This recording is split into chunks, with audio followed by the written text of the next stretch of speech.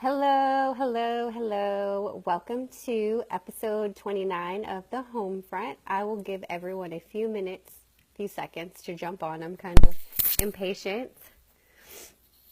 So real quick, be sure to hit the like button, love button, or share this stream out so that way you are not selfish with the information.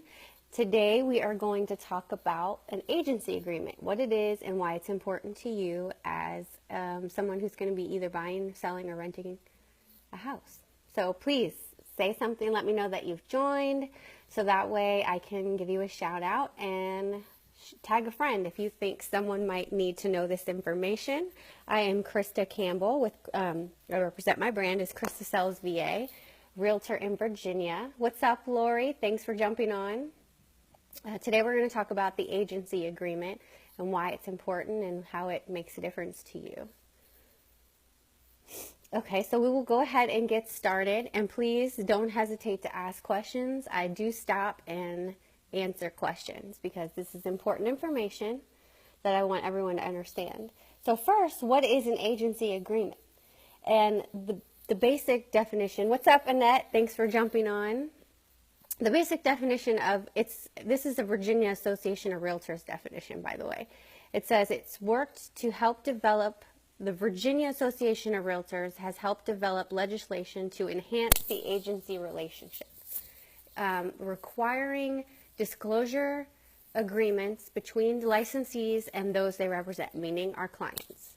This means there are a number of changes to the existing laws in Virginia, and the Virginia Association of Realtors wants to make sure that the members serve their clients and their customers well, and that they understand how it works for you and what you can expect. So why do we sign a brokerage agreement? I can't remember all this, so I am reading it. It says the short answer is Virginia law requires it in order to protect you. The long answer is having something in writing, and this is very true, covers a single property or month-long relationship and ensures both you as the client and the realtor understand exactly what's expected of you. So we know that we can say things verbally and they sometimes can go in one ear and out the other, and that's why it's good to have this agreement in place so that you understand exactly how things work, especially if it's your first time entering into an agreement. You might understand it when someone goes over it, but you're going to forget when you walk out the door. Hey, Jonathan. Hey, Chris. What's going on? Thanks for jumping on today. So there are 4 types of agency agreements, and I'm going to read them to you. There is the seller representation or landlord representation if you're renting.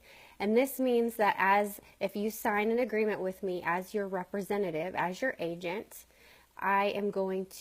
you're contracting me to use the services of my broker, and I act on your behalf. Now, the difference between the broker and the agent is a representative of the broker. So basically the broker is taking responsibilities for our actions, and they are our overarching management, so to speak. So then you have the buyer representation, which is exactly the same thing, but I'm working with the buyer and for the buyer to represent them. I'm acting on their behalf, and I have to do things that work for their interest. So you have the 2 different representations. What's up, Lyra? Thanks for jumping on. We're talking about agency agreement today.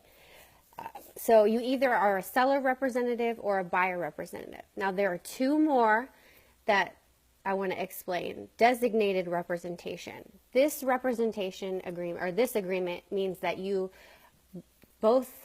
broker is representing both parties, but they have 2 different agents. So agent A can represent the seller and agent B can represent the buyer, but you have 2 different representatives, 2 different agents, and the broker is representing both parties. Hey, Jose, thanks for jumping on. The final representation is dual. I don't personally participate in dual representation because for me, I find it to be a conflict of interest.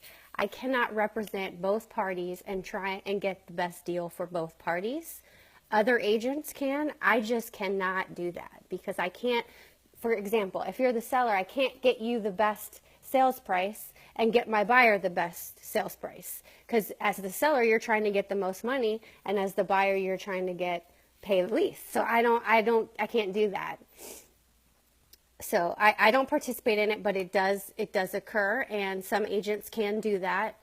You basically, as a dual agent, you can step in the middle and say, here's what it is, and I can go back and forth between the parties, but you can't advise them or make suggestions on what to do, because then you're kind of in a conflict of interest situation. Now, I want to explain one other thing. Thank you, Annette. Is what a realtor means. A realtor and a real estate agent are two different things. Thank you. Thank you so much for the love. I appreciate it. A realtor is held to a higher standard. As a realtor, we are a part or a member of the National Association of Realtors. So you may wonder, what's the difference? What's up, David? Thanks for joining. The difference is that we have higher education standards, basically. We are held to a standard, and I'm going to read the exact definition for you.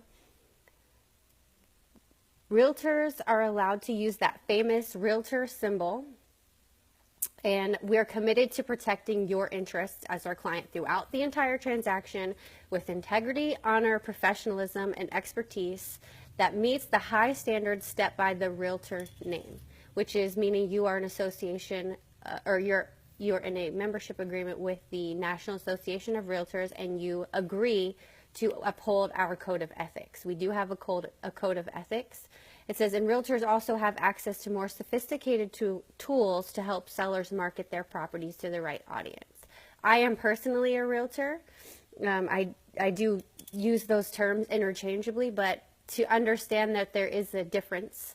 The real estate agent's job is to help guide you through the complexities of buying and selling a property, but not everyone with a real estate license is a realtor. So that means that not everyone is a part of the National Association of Realtors and have agreed to uphold that code of ethics.